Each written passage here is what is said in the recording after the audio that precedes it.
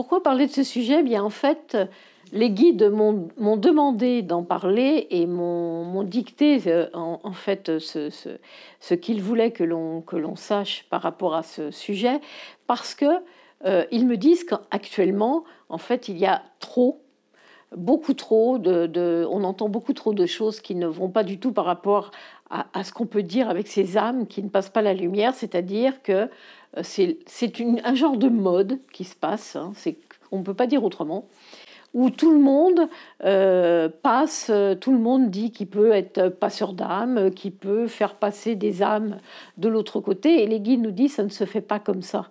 Et c'est pas si simple, et en plus c'est extrêmement dangereux. Donc ça, on va parler et on va voir pourquoi ça peut être dangereux. Donc les guides nous disent il faut arrêter. Parce qu'il y a eu, alors effectivement, ça, les guides ne me le disent pas, mais moi je me suis rendu compte en tant que médium et en donnant des conférences que c'est depuis qu'il y a eu un feuilleton qui est passé à la télé d'une femme qui était passeuse d'âme que tout le monde est devenu passeur d'âme. Ça y est, d'un seul coup, ça a été effectivement une grande mode. Et les guides nous disent c'est suffisamment dangereux et suffisamment compliqué comme comment dire, pour arriver à aider une âme qui n'a pas passé la lumière, pour que il soit important de l'expliquer et un petit peu d'expliquer le pourquoi il faut faire attention.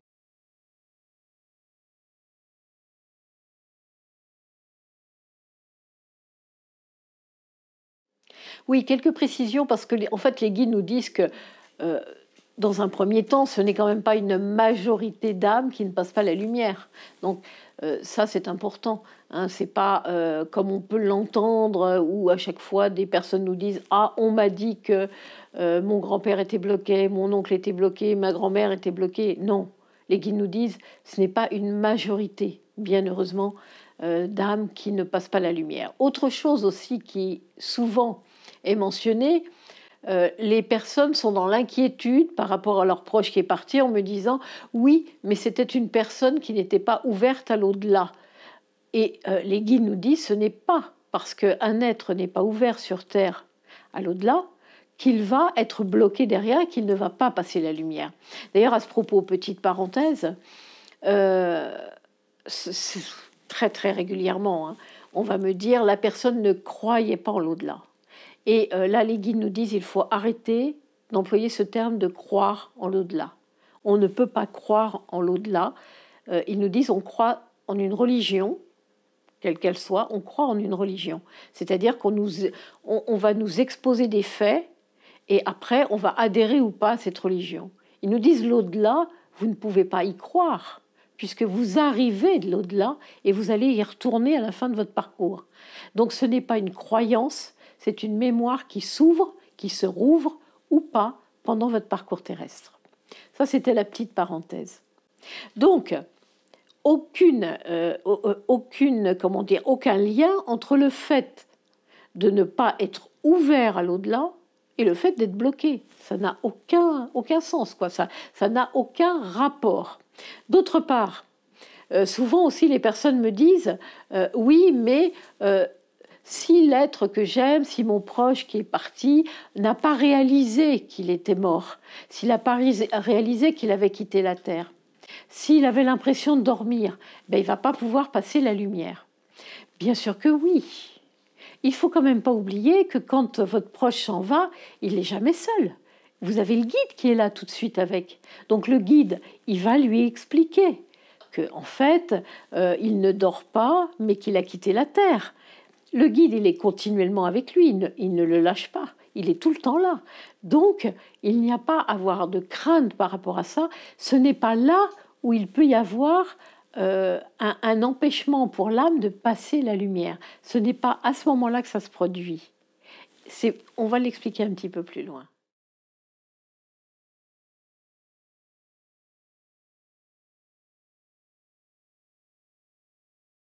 Alors en fait, voilà comment ça se passe.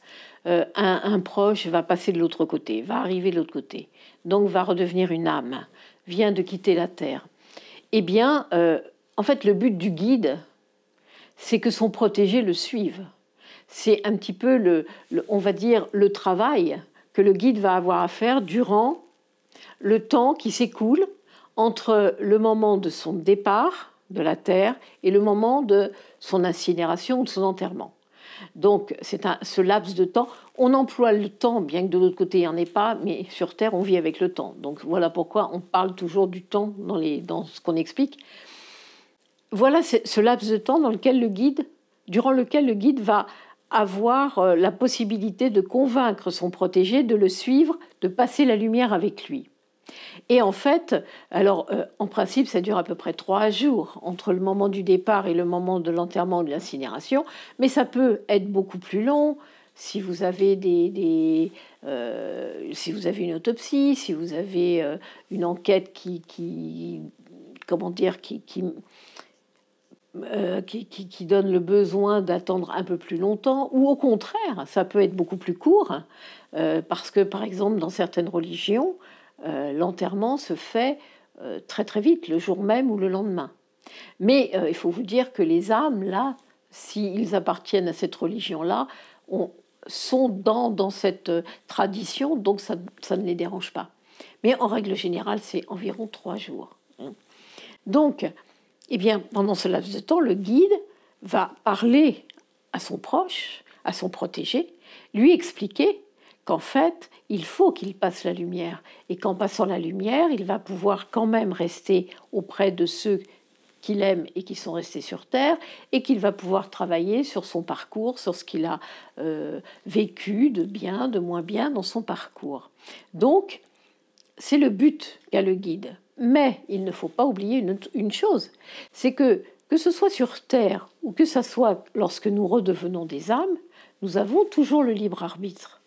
Donc, si une âme décide et dit non, moi je ne veux pas passer, je ne veux pas passer la lumière, je veux rester proche de la Terre quelque part, le guide va essayer de lui expliquer, mais si en dernier lieu l'âme ne veut rien entendre, le guide est obligé de respecter son libre arbitre. Ce qui ne veut pas dire qu'il va dire bon ben voilà, tu veux pas passer, tu passes pas, et que le guide s'en ira et reviendra pas auprès de son protégé. Bien sûr que non. Régulièrement, le guide essaiera de revenir pour pour lui montrer la lumière, pour lui dire viens, tu peux encore passer la lumière. Ce n'est jamais, je dirais, perdu, contrairement à ce qu'on a pu nous dire pendant des années, par exemple, par rapport aux âmes, aux personnes qui se suicidaient, que leurs âmes allaient errer pour l'éternité. Ça, on sait que c'est totalement faux, que ça, c'est plus pour créer la peur et dans la tête des personnes, mais que c'est totalement faux. Et qu'en fait, les guides nous disent de l'autre côté, même par exemple par rapport à une personne qui se suicide, eh bien la personne doit se pardonner, mais c'est pas pour ça que son âme ne va pas passer la lumière. Vous voyez, ça aussi c'est quelque chose qui souvent effraie les proches dont l'être cher s'est suicidé. Elles me disent oh là là, mais il va pas passer la lumière parce qu'il s'est suicidé. Ça n'a absolument aucun rapport. Je peux vous dire que depuis les 40 ans où je reçois, j'ai eu des merveilleux messages d'êtres qui se sont suicidés. Ils ont accès à la lumière comme les autres. Il faut simplement qu'ils se pardonnent d'avoir interrompu leur contrat. Mais ils ont le guide avec eux pour cela. Et il n'y a pas de jugement de l'autre côté. Il ne faut pas l'oublier. Donc une âme qui décide de ne pas passer, eh bien elle va décider cela dans les 3 jours là entre son départ et son enterrement ou son incinération. C'est à ce moment-là qu'elle va le décider et va dire au guide « Non, je ne veux pas passer la lumière ». Et là, le guide est obligé d'accepter.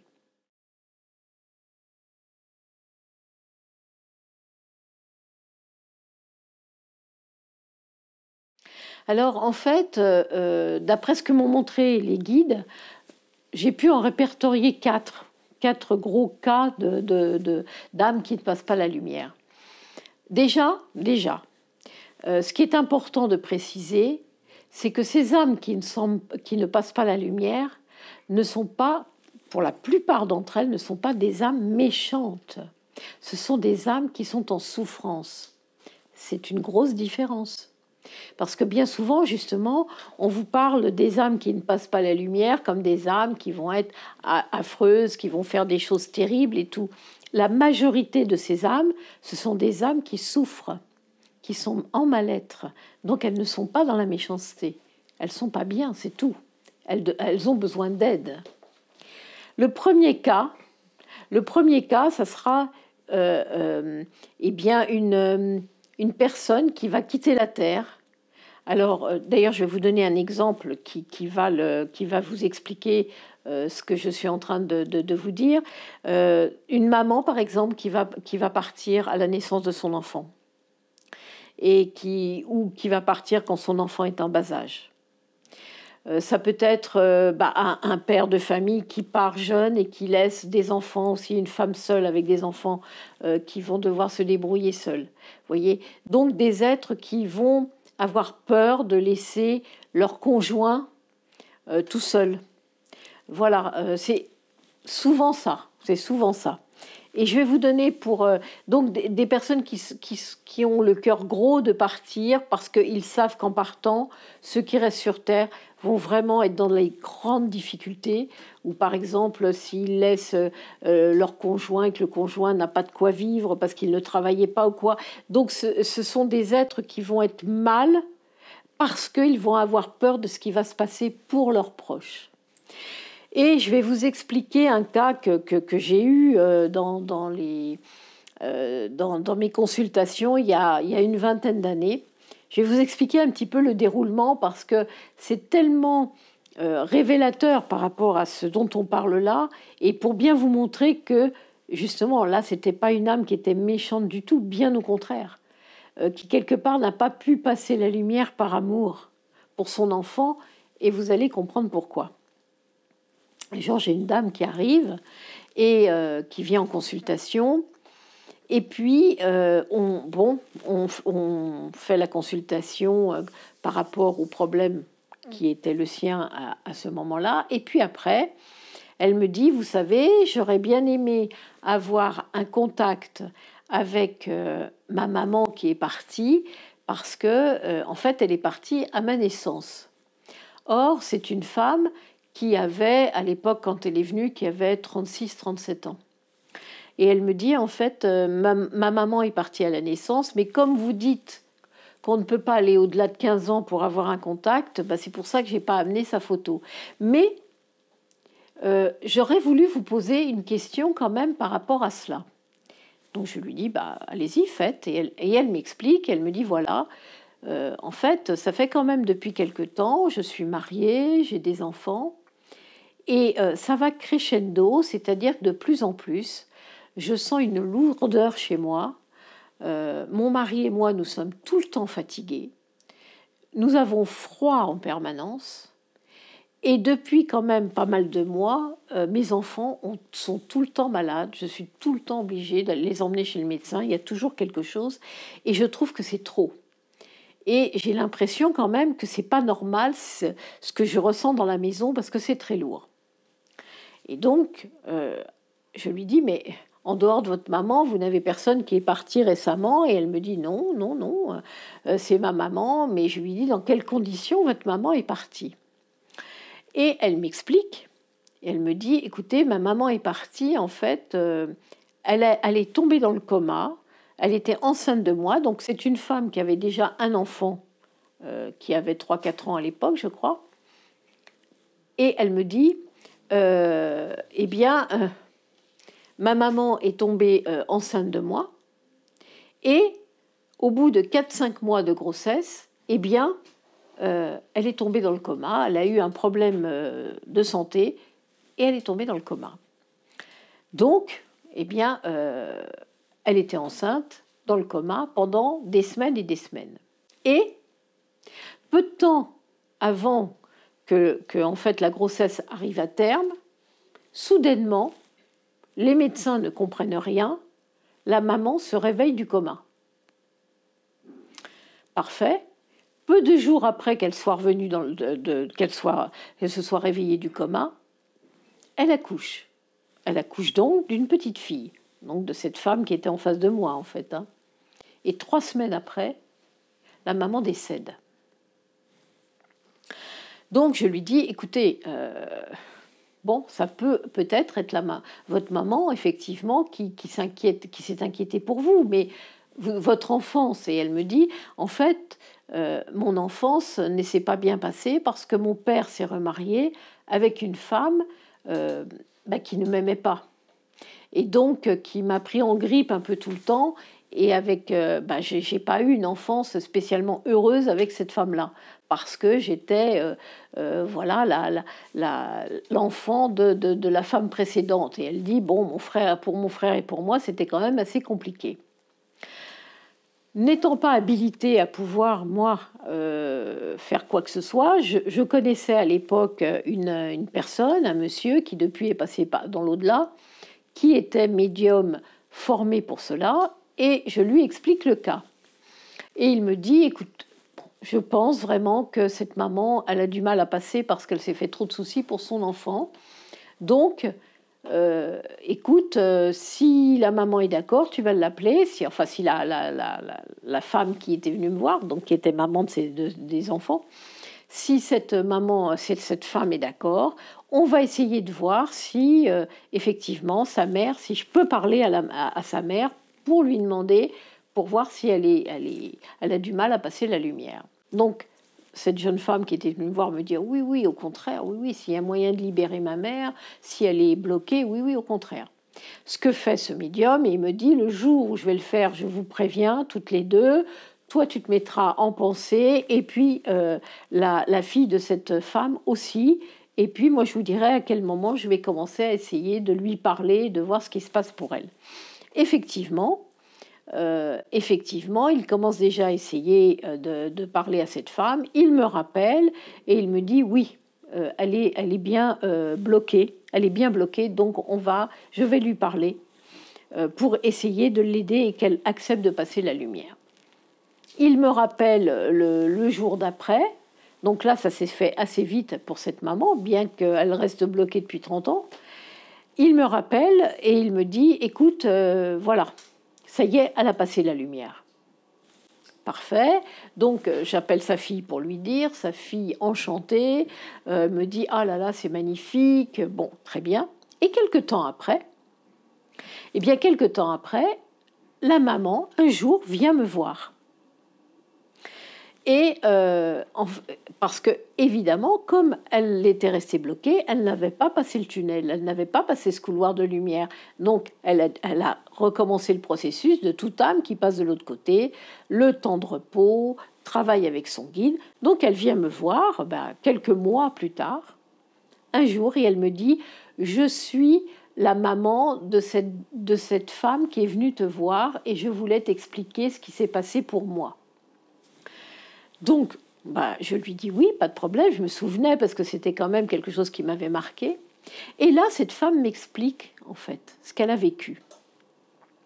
Effectivement, elle a eu ce problème de santé, elle est tombée dans le coma, et elle me dit, dans le coma, je voyais mon mari qui était effondré de me voir dans le coma, je voyais mon petit garçon qui était tout seul avec son père, moi qui étais dans le coma. Donc je suivais tout ce qui se passait sur Terre, mais en même temps, j'étais connectée avec l'au-delà. Et donc, j'étais connectée avec mon guide continuellement. Et elle me dit, un jour, le guide me dit, voilà, tu vas pouvoir choisir entre deux possibilités. Soit, de toute façon, tu dois quitter la Terre parce que ton chemin se termine. Donc, soit tu vas partir, tu ne te réveilles pas et tu vas partir avec ton enfant. Donc ça veut dire que cette âme ne fera pas le parcours sur Terre comme elle l'avait prévu. Soit tu acceptes de te réveiller, que ton enfant naisse et que son âme donc puisse faire le parcours qu'elle a demandé. Mais en revanche, toi, très peu de temps après la naissance de ton enfant, tu devras repartir parce que ton moment est là et tu ne peux pas aller plus loin dans le parcours que tu avais sur Terre. Et cette femme m'explique et me dit, bien sûr, qu'en tant qu'âme, pour moi, c'était une évidence que je ne pouvais pas pénaliser la petite âme qui était dans mon corps et que c'était normal que je la laisse faire son parcours. Donc j'ai accepté de me réveiller pour pouvoir accoucher. Donc ce qui a été fait. Alors donc cette maman, elle accepte et elle accouche. Elle accouche de son enfant. Et en fait, elle m'explique que 3 semaines après, il faut qu'elle reparte. Mais entre le moment où elle a accouché et le moment où elle repart, elle ne se souvient absolument pas de ce qu'elle a pu voir avec son guide et du choix qu'elle a fait, en fait, d'accepter de se réveiller juste pour mettre son enfant au monde et après de repartir. Donc, elle me dit qu'au moment où elle a dû effectivement repartir de l'autre côté, pour elle, ça a été un déchirement total parce qu'elle a accouché de son enfant, parce qu'elle s'en est occupée, parce qu'elle l'a tenu dans ses bras, parce qu'elle l'a aimé, et parce qu'elle a retrouvé son autre petit garçon qu'elle a pu le voir, et qu'elle reprenait sa vie terrestre normale. Et que quand elle est repartie, ça a été pour elle épouvantable. Et quand en arrivant de l'autre côté, elle n'acceptait plus quelque part. Donc le guide lui a bien expliqué que c'était son choix. Et bien sûr qu'après, il l'a aidée pour essayer qu'elle comprenne que c'était le choix qu'elle avait de repartir, sauf que en fait, elle a eu peur de laisser sa petite fille toute seule. Alors bien sûr qu'au départ, le mari s'est pas remarié tout de suite, mais qu'il était avec cette petite, et qu'il y avait une autre femme qui s'occupait de cette petite, de ce bébé de 3 semaines, et c'est ça qu'elle a eu. Elle a eu tellement peur pour son enfant, pour ses 2 enfants, et bien que pour elle, ne pas passer la lumière, c'était rester auprès de ses 2 enfants et qu'elle pourrait agir et s'en occuper. Alors que le guide lui disait que non, parce que ça, elle me l'a expliqué, que le guide lui précisait que non, qu'en passant la lumière, elle serait beaucoup plus proche de ses enfants, mais elle ne voulait pas le croire. Et pour elle, passer la lumière, c'était s'éloigner d'eux. Donc vous voyez que dans ce cas-là, la femme n'était pas du tout avec un esprit méchant, absolument pas. C'était juste par amour pour ses enfants qu'elle ne voulait pas passer cette lumière. Et donc, elle est restée auprès de sa fille tout le temps, et sa fille étant plus ouverte que l'étaient son père et sa belle-mère, disons, eh bien, elle s'est rendue compte effectivement que dans sa maison, il y avait des lourdeurs, il y avait des choses qui n'allaient pas, et que c'était important d'essayer de voir si effectivement c'était pas cette maman qui avait du mal, qui était restée bloquée. Ça, c'était donc pour le premier cas. Le deuxième cas, ce sont des personnes qui partent avec de la colère, avec de la rancœur, qui ont un conflit avec quelqu'un et qui n'acceptent pas de partir et qui restent dans cette rancune, cette colère, et qui ne veulent pas en sortir. Donc, eux ne vont pas accepter de passer la lumière. Et qu'est-ce que ça va faire? Eh bien, en fait, ils vont commencer à ressasser.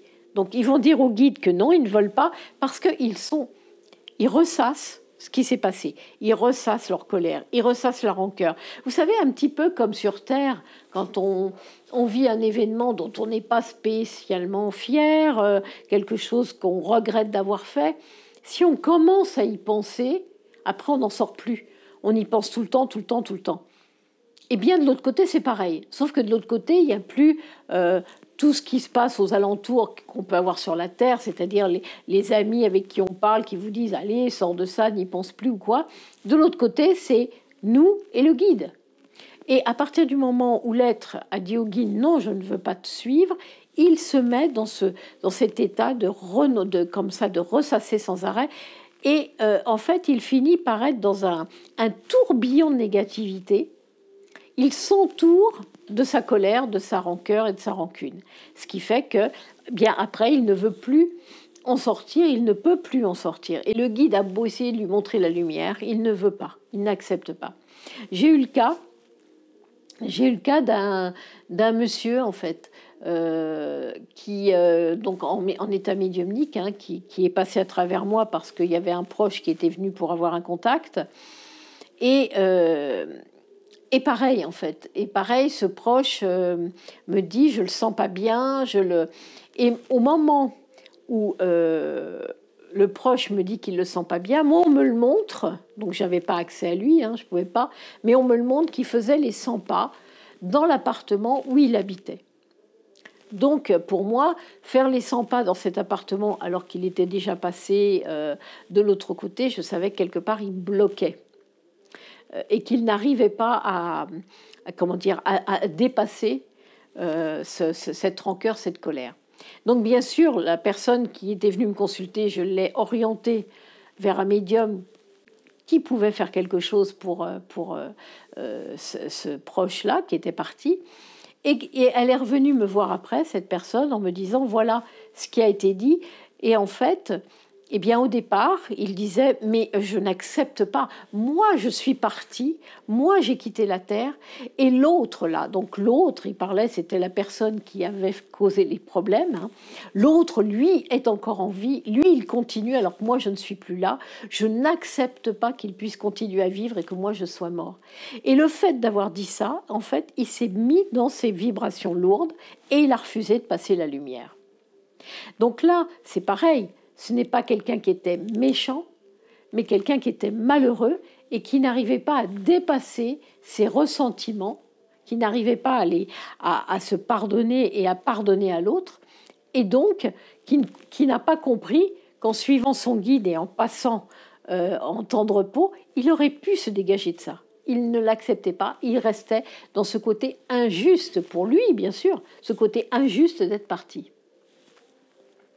Le troisième cas, ce sont des personnes qui restent accrochées, mais totalement accrochées, par exemple, aux biens matériels. Des personnes qui ont eu beaucoup d'argent, qui ont pu s'en servir pour un petit peu mener les gens autour d'eux, voyez, pour un petit peu acheter les gens autour d'eux, qui ont été vraiment, ou alors qui ont été attachés à une maison et qui ne veulent que personne d'autre aille dedans. Voilà, donc des personnes qui vraiment n'arrivent pas à se détacher du bien matériel, du matériel de la terre. Ils arrivent de l'autre côté et pour eux, ne pas passer la lumière, c'est rester encore dans les vibrations de la matière, c'est rester avec leur bien matériel. C'est ainsi qu'on peut voir des maisons qui sont, habitées par ces êtres-là. Et quand quelqu'un vient et essaye d'habiter dans ce lieu, automatiquement, la personne ressent des choses qui ne sont pas bien, des manifestations, des bruits ou quoi, parce que l'âme ne veut absolument pas que quelqu'un vienne dans le lieu où ils ont pu être. Ou alors, ce sont des âmes qui se choisissent un lieu pour continuer à vivre sur Terre. Et donc là, à ce moment-là, c'est impossible. Elles refusent de passer la lumière avec le guide parce qu'elles veulent rester dans ces vibrations d'argent, dans ces vibrations de biens matériels. Et c'est aussi le cas pour des personnes qui ont une emprise sur quelqu'un d'autre, qui ont passé leur vie à avoir l'emprise sur cette personne ou sur plusieurs personnes. Et en partant, elles veulent continuer. Elles veulent continuer à avoir l'emprise. Donc elles n'acceptent pas d'être décédées. Elles refusent de passer la lumière avec le guide. Et donc, elles vont être là. Alors, ça va durer très peu de temps. Hein, ça ne peut pas durer longtemps. Qu'elles aient l'emprise encore sur quelqu'un. Mais ça peut durer un petit peu après le départ. Je vous explique pourquoi. J'ai une dame un jour qui vient me consulter, qui demande une consultation. Et quand j'ouvre la porte pour qu'elle entre dans mon bureau, en fait, je vois deux paires d'yeux qui me regardent. Donc cette femme et deux autres des yeux, une autre paire d'yeux qui me regardent en même temps. Donc je vois quatre yeux dans le même visage. Bien sûr que je ne vais pas le dire à la dame, bien sûr, pour pas l'inquiéter. Mais je me dis là, il y a quelque chose qui ne va pas. Donc, on fait la consultation et puis elle me parle à la fin de la consultation. Moi, j'essaye de l'aiguiller parce que j'avais toujours ces quatre yeux qui me regardaient. Donc, je dis à la dame, mais est-ce que vous avez perdu une personne récemment? Est-ce qu'il y a une personne de votre entourage qui est passée de l'autre côté récemment? Et elle me dit, oui, ma tante. Et je lui dis, bon, et votre tante, elle était gentille, c'était quelqu'un de gentil. Elle me dit, oh là là, infernal. Une personne qui était dans l'autorité tout le temps, qui voulait m'imposer ses idées, qui voulait que je fasse ce qu'elle voulait, qui était, en fait, j'étais toujours à son service, c'était épouvantable. Et en me racontant ça, moi je comprends que cette femme, en fait, elle est toujours dans le... comment dire, elle reste aux alentours de sa nièce, elle ne veut pas la lâcher, quelque part. Elle ne veut pas la lâcher, elle veut continuer à avoir l'emprise. Donc elle n'a pas passé la lumière, et elle veut rester dans cette emprise sur sa nièce. Donc, pareil, je lui explique, je lui dis, écoutez, voilà ce qui se passe. Depuis que vous êtes rentré, je vois que vous avez un autre être qui est avec vous, puisque il y a 4 yeux qui me regardent. Il ne faut pas avoir peur, je vais vous envoyer vers quelqu'un, parce que vraisemblablement, là, et je ne sais pas si c'est votre tante ou pas, mais en tout cas, il y a un être là qui est avec vous et qui ne veut pas vous lâcher. Je termine d'expliquer à cette dame donc ce qui se passait, et elle me dit, en fait, ce que vous êtes en train de me dire, ça me fait penser à quelque chose. J'ai été opérée il n'y a pas très longtemps, j'ai eu une opération avec une anesthésie générale, et en fait, depuis que je me suis réveillée, eh bien, mes amis ne me reconnaissent pas. C'est-à-dire que je suis quelqu'un qui a un caractère assez calme, et depuis, je suis extrêmement colérique. Donc, en fait, ça a peut-être un lien, elle me dit. Je lui dis, écoutez, moi, je ne peux pas vous dire, mais je vous envoie. Donc, je l'envoie vers une personne que je connais. Et en fait, elle me rappelle quelque temps après pour me dire, eh bien oui, effectivement, je voulais d'abord vous dire que mes amis, de nouveau, me reconnaissent parce que je ne suis plus du tout colérique, parce qu'après avoir été voir cette dame, eh bien, elle m'a dit qu'effectivement, c'était ma tante qui voulait continuer à en fait me dominer et avoir cette emprise qu'elle avait sur moi, qui ne voulait absolument pas partir. Et donc, depuis son départ, elle était là et elle voulait, en fait, quelque part, elle était autour de la nièce tout le temps pour continuer à avoir cette emprise. Et donc là, eh bien, la dame qu'elle a été voir est arrivée à faire partir la tante dans la lumière. Et la dame m'a dit, j'ai retrouvé la paix, j'ai retrouvé mon caractère surtout.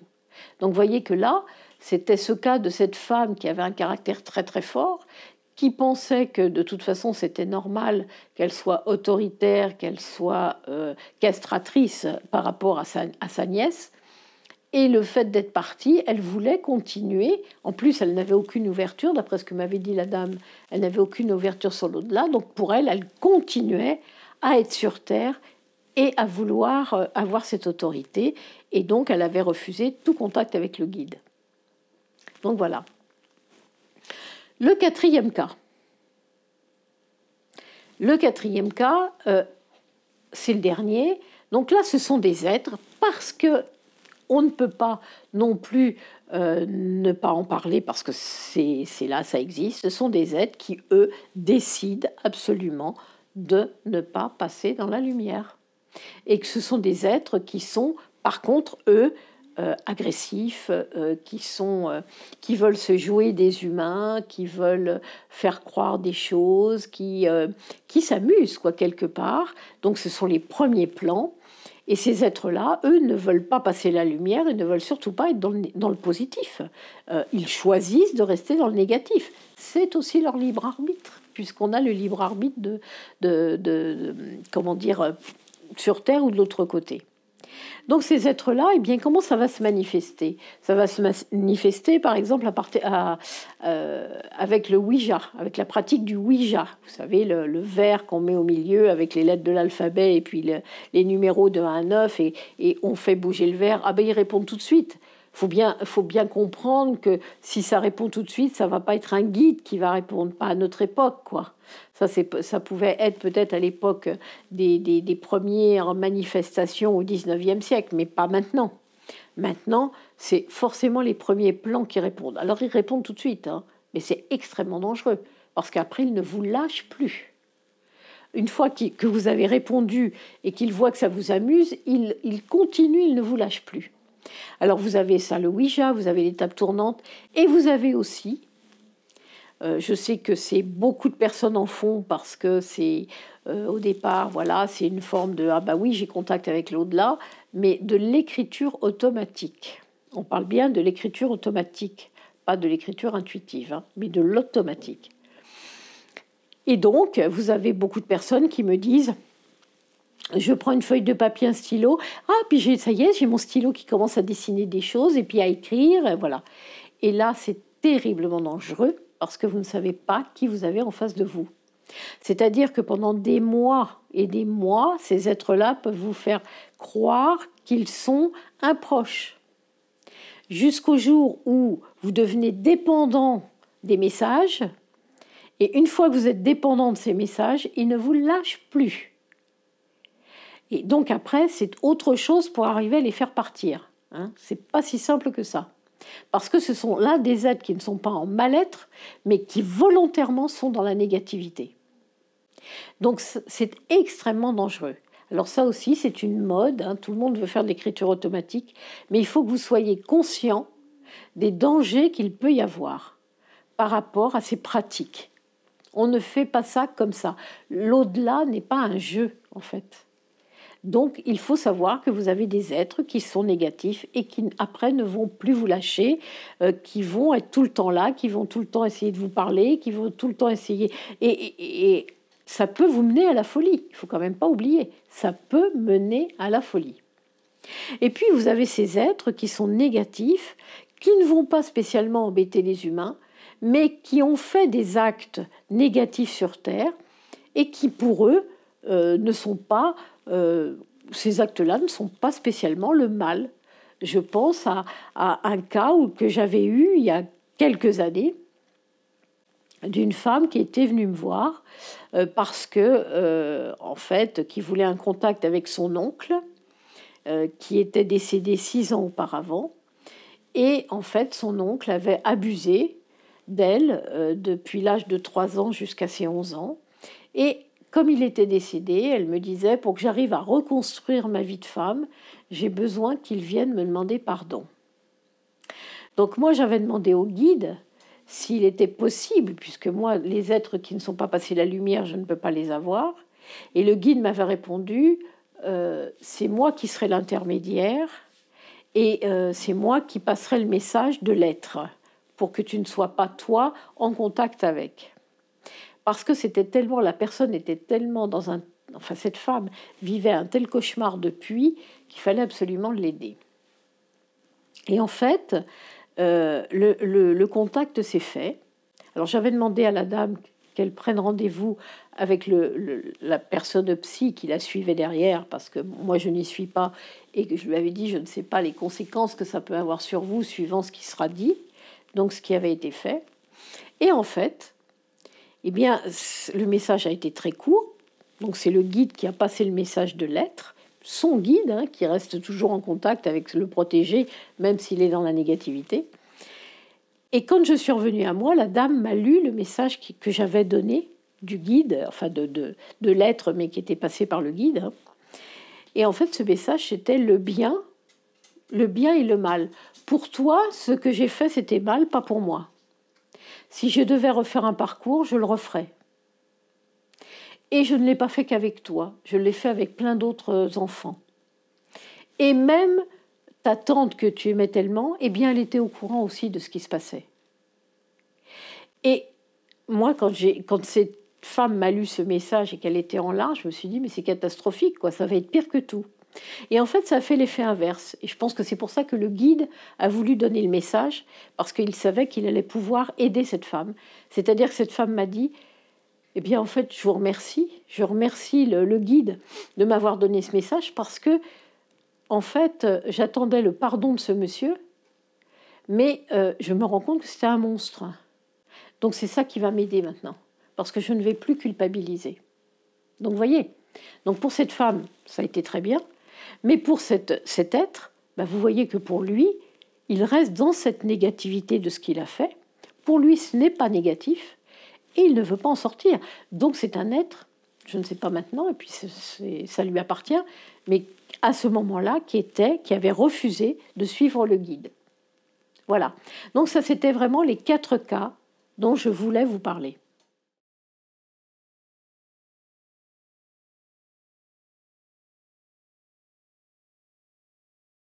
Alors effectivement, qu'est-ce qu'on peut faire pour les aider, ces êtres? Pour essayer de les aider, surtout pour les 3 premiers cas, hein, parce que le 4e, bien souvent, ce sont des âmes qui veulent vraiment pas qu'on les aide et qui peuvent être très, très agressifs si on essaye de les aider, parce qu'ils ne veulent pas, ils veulent qu'on les laisse tranquilles. Mais pour les 3 premiers cas, qu'est-ce qu'on peut faire?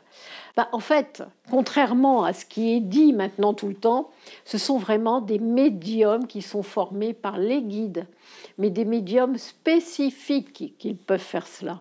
C'est-à-dire que, par exemple, je suis médium spirit et je ne peux pas le faire. Je ne suis pas formée par le guide pour pouvoir aider ces êtres qui sont en souffrance. Quand vous venez me voir, je ne peux avoir contact qu'avec un être qui a passé la lumière. Pourquoi? Pourquoi ce sont des médiums spécifiques qui sont formés? Eh bien, tout simplement parce qu'ils reçoivent peut-être 30 ou 40 fois plus d'énergie que moi je peux avoir. Et pour quelle raison? Parce qu'ils vont se trouver face à des êtres qui n'ont plus d'énergie, puisqu'ils n'ont pas passé la lumière, donc ils n'ont pas les énergies de l'au-delà, et ils ne sont plus sur la Terre, donc ils n'ont pas l'énergie terrestre. Ils se trouvent sans énergie. Donc des vibrations très très très basses. Quand un être humain s'adresse à eux, la première chose qu'ils vont faire, c'est qu'ils vont aller puiser l'énergie de cet être pour s'alimenter, pour se régénérer. Donc, si en face de vous, vous avez un être qui n'est pas formé par le guide, qui n'est pas un médium formé par le guide, pour s'occuper de ces êtres en souffrance, il va être vidé totalement. Et il ne va pas pouvoir le faire. De toute façon, ces êtres qui sont formés par les guides, qu'est-ce qu'ils vont faire? Ils vont parlementer avec l'âme. C'est-à-dire, ils vont dire à l'âme, qu'est-ce que tu as? Pourquoi tu es mal? Qu'est-ce que tu as vécu sur Terre? Qu'est-ce qu'on peut faire pour toi pour que tu ailles mieux? Qu'est-ce qu'on peut faire pour que tu acceptes de suivre la lumière, d'aller vers la lumière et que ton guide t'aide après? Et en fait, ce sont ces médiums qui vont parlementer comme ça avec l'âme jusqu'à temps que l'âme accepte d'aller jusqu'au point de lumière où là, le guide va pouvoir le récupérer son protégé et lui faire passer le couloir de lumière et le temps de repos et tout. Mais donc, ce ne sont que des êtres formés par les guides, que des médiums qui sont formés par les guides. Alors, toutes ces personnes qui vous disent actuellement « Oh là là, moi je fais une prière et ça y est, il est dégagé. Oh, moi j'ai qu'à dire « Allez, vas-y, va vers la lumière » et il s'en va. » Vous pensez bien que si c'était si simple, ça se saurait. Et puis, qu'est-ce que ces êtres qui disent « Oui, oui, moi je dégage », mais qu'est-ce qu'ils font du libre arbitre de l'âme? Parce que la plupart ne vont pas leur parler. Ils vous disent « J'ai fait une prière et simplement, je lui ai dit « Allez, vas-y », je lui ai dit. Quelle prétention! Et le libre arbitre, alors? C'est-à-dire qu'ils ne savent pas ce que l'âme veut vraiment. Parce qu'un médium qui est formé par le guide, si l'âme lui dit « non, je ne veux pas », si au bout de plusieurs tentatives, il dit « non, je ne veux pas », il ne peut rien faire. Il laissera l'âme. Il pourra peut-être essayer un petit peu plus tard, mais il ne peut rien faire si l'âme ne veut pas passer.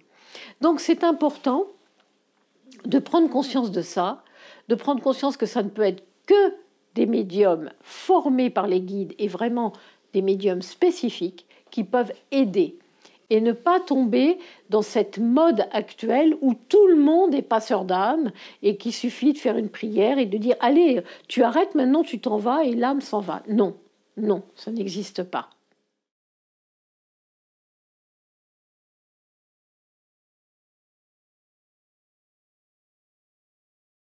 C'est ce qu'on vient de dire, en fait. Les dangers à le faire sans être médium, c'est que voilà, la personne va faire ça X temps, va dire « moi, je suis passeur d'âme, moi, je peux le faire, il n'y a pas de problème ».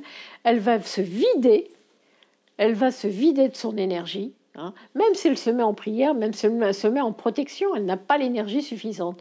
Et si on lui atteint, si l'être qui est bloqué, qui ne veut pas passer à la lumière, lui atteint son énergie vitale, eh bien, qu'est-ce que ça va faire au bout d'un certain temps? C'est que la personne qui, soi-disant, est passeur d'âme, va commencer à être malade, ou alors va commencer à être dans une négativité pas possible parce qu'elle sera en face d'êtres qui pourront être en souffrance, mais aussi de certains êtres qui seront dans la négativité et donc qui commenceront à se jouer de ce soi-disant passeur d'âme. Et donc, elle finira par être prise par ces êtres-là et après, elle ne pourra plus s'en défaire. Donc voilà le risque. Voilà le risque. Il faut ne jamais oublier que ces êtres-là prennent toujours les humains par leur côté faible. Et qu'est-ce que c'est le côté faible de l'humain? C'est l'ego. Et en fait, la plupart de ces êtres qui se proclament passeurs d'âme, alors que le guide leur a rien dit et qui ne sont pas là pour ça, eh bien, la plupart de ces êtres-là le font pour un pouvoir sur l'autre et pour, en tirer une gloire. C'est c'est le pouvoir sur l'autre, c'est l'ego. C'est l'ego qui parle de moi, j'ai la possibilité de. C'est extrêmement dangereux. Et c'est toujours par là que les êtres négatifs attrapent les humains, par l'ego et par le pouvoir sur l'autre. Donc c'est important de prendre conscience de cela et de se dire, si je dois le faire, le guide, mon guide, va me le dire. Je le saurai, je saurai que c'est absolument ce que je dois faire. Autrement, si c'est juste pour dire moi je suis passeur d'âme, eh bien attention, parce qu'il y a quand même de gros dangers derrière.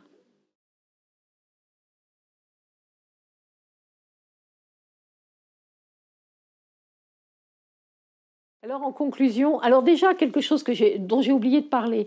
Est-ce qu'une âme, par exemple, qui est restée bloquée, je ne sais pas, il n'y a pas de temps de l'autre côté, hein, mais est-ce qu'une âme qui est partie il y a 50 ans, il y a 100 ans, est-ce qu'un jour elle peut quand même accéder à la lumière? Oui, il n'y a pas de temps de l'autre côté. Donc oui, à n'importe quel moment, puisqu'il faut parler comme ça sur Terre, à n'importe quel moment, elle peut d'un seul coup prendre conscience et se tourner vers son guide, et son guide sera là pour qu'elle puisse passer la lumière, à n'importe quel moment. Mais la conclusion, c'est, je vais vous lire un passage, donc là j'ai pris un papier, je suis désolée, hein, je vais vous le lire parce que je ne veux pas écorcher le texte. J'ai lu un livre que j'ai trouvé exceptionnel, qui est de Daniel Meroy. Donc je pense qu'il y en a beaucoup d'entre vous qui connaissent Daniel Meroy. Et j'ai lu La demeure du rayonnant, qui est en fait un livre qui est consacré à Akhenaton, qui était un pharaon égyptien de la 18e dynastie. Et en fait, dans ce livre, c'est Maître Nagar, donc un des participants du livre, enfin pas des participants, mais enfin des sujets, des personnages du livre, hein, Maître Nagar, qui pose une question à Aïe, qui a été pharaon aussi à la 18e, qui était le dernier pharaon de la 18e avant qu'il y ait Ramsès, mais qui à l'époque était encore un général, et qui lui pose une question. Et vous allez voir que dans ce que dit Maître Nagar et ce que répond Aïe, eh bien, ça correspond tout à fait à ce dont on vient de parler. C'est pour ça que j'ai souligné quand j'ai lu ce livre et que j'ai voulu vous lire cet extrait. Le Maître Nagar dit « J'ai toujours cru que si l'on se mettait à respecter l'ombre, l'ombre elle-même ne se sentait plus tout à fait ombre. C'est pour moi une façon de ne pas nourrir la différence qui lui donne une partie de son pouvoir. Pourquoi n'offrirait-on pas ainsi à cette force une chance d'inviter un peu de lumière à sa table ?» Et Aïe répond « Je ne crois pas qu'il y ait simplement la lumière et l'ombre. Je veux dire qu'à son propre niveau, tout le monde se sent dans le juste chemin, chacun a sa logique qui lui semble bonne, et donc, en quelque sorte, lumineuse. Je vous laisse méditer sur ces quelques paroles et je vous dis à très vite. Merci.